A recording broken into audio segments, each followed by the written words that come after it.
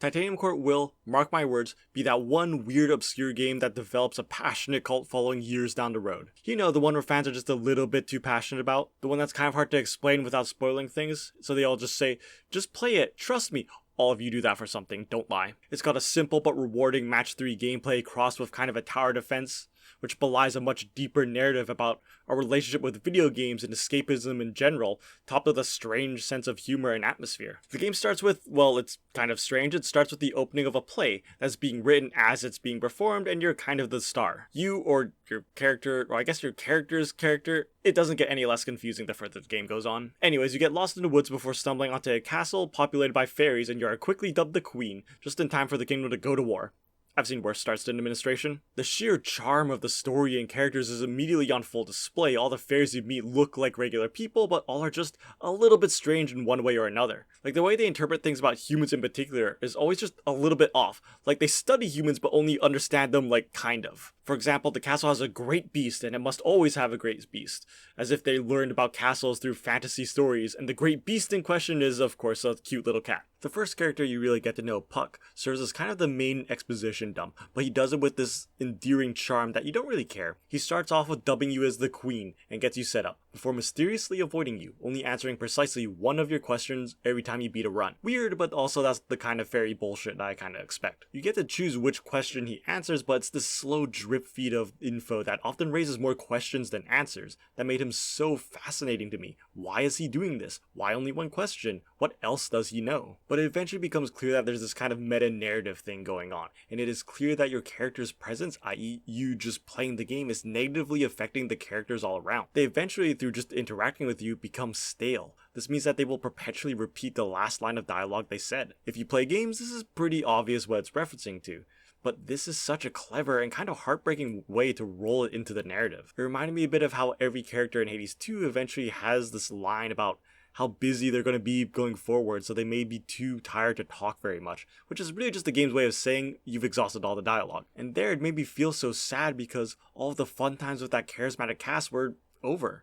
But it broke my heart here even more because these characters were losing their sense of self, no longer able to act on their own, stuck in a type of purgatory, and was all my fault. And it's such an interesting narrative device. You're not just running out of dialogue, there's no implication that these characters go on to live full, exciting lives off screen. They are effectively dead, all because you chose to keep interacting with them. If anything, it's the opposite. It's implied that they would have lived full lives off screen if you hadn't booted up the game and just kept playing. And there came a point in this story where I felt so bad for the characters that I just wanted to stop. Not because the writing was bad or anything, it was the opposite actually.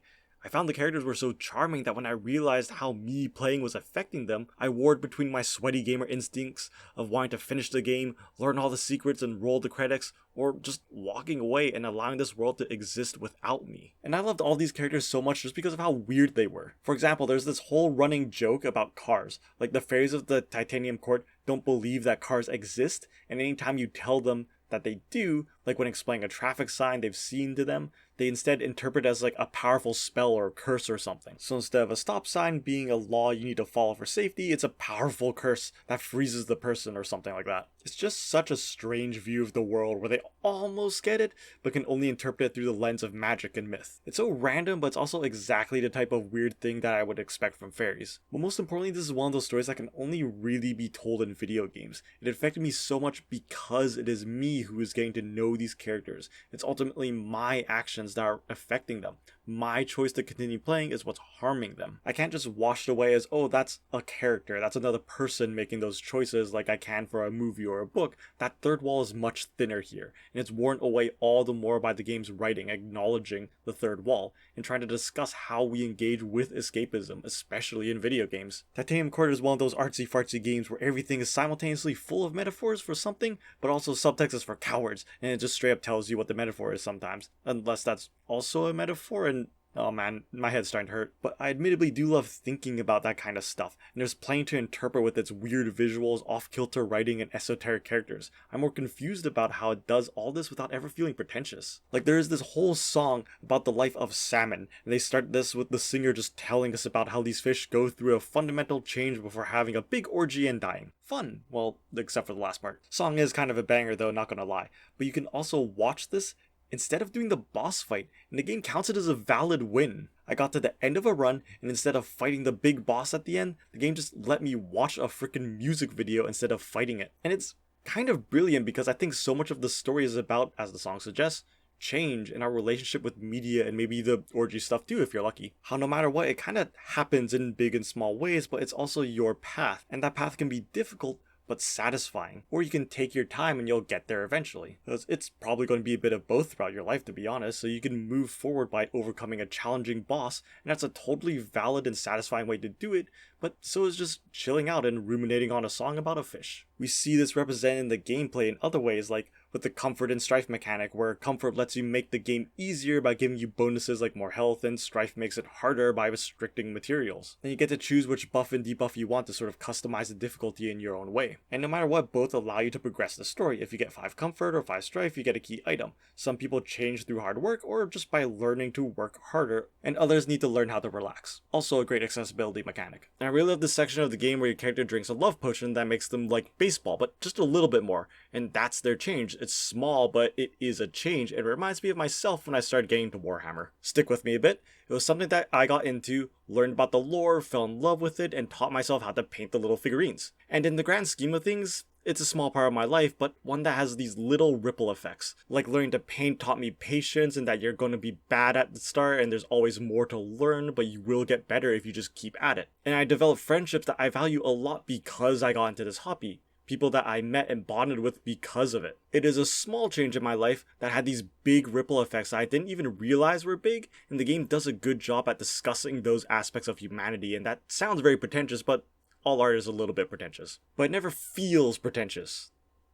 Okay, maybe a little bit. But the game's got a good sense of humor, and things like watching a music video instead of fighting the boss is quirky and silly. And a good accessibility feature, so I think that's why it doesn't feel pretentious. It doesn't judge you for how you choose to engage with it. Or I think another interpretation of the story can be about our relationship with video games. Characters going stale is described as the magic in them being lost, and you're kind of the one responsible, you just suck it up by being around them. This is like how we as gamers usually want to see everything in a game, do everything, but by doing so, even if it's for a game we love, it does kind of take the magic out of it, so to speak.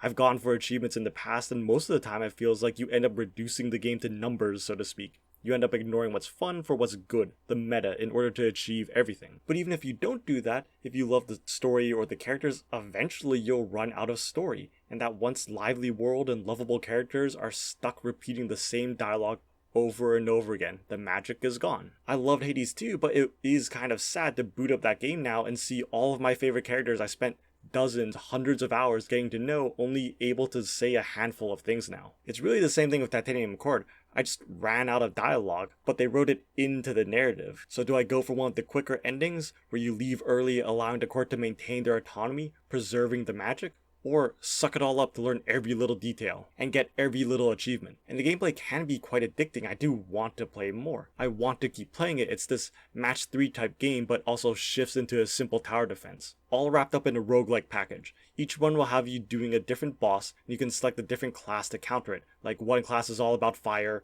also conveniently making you immune to flames, much to the disappointment of the dragon at the end. Or defeating the mountain goats and their tyrannical trolls with their own medicine, capitalism, and by defeating it I mean playing into it and claiming you beat it with the right class. Each level starts with this match 3 segment where you make a finite amount of moves, which can be increased by getting combos, before moving on to the next phase, combat. There you decide which units to summon. Things like farmers will gather resources, and archers and knights will fight your enemies. It sounds quite simple, and it is, but there was way more depth than I expected. You're not just matching random tiles, they each represent resources. Wheat gives you food, forest wood, mountain stone, and water gives you, well, get this, water. And you need these resources to summon your military units to defend yourself, and since sometimes levels don't have certain resources, it pays to stock up. Not to mention things like chests that can contain new units and abilities. They can spawn on tiles, but if you match that tile, it destroys it. The same thing can happen with shops and markets. So sometimes I would be carefully playing around a chest or a shop that I had an item I wanted, only for a quote-unquote lucky match to cause a chain reaction and destroy it.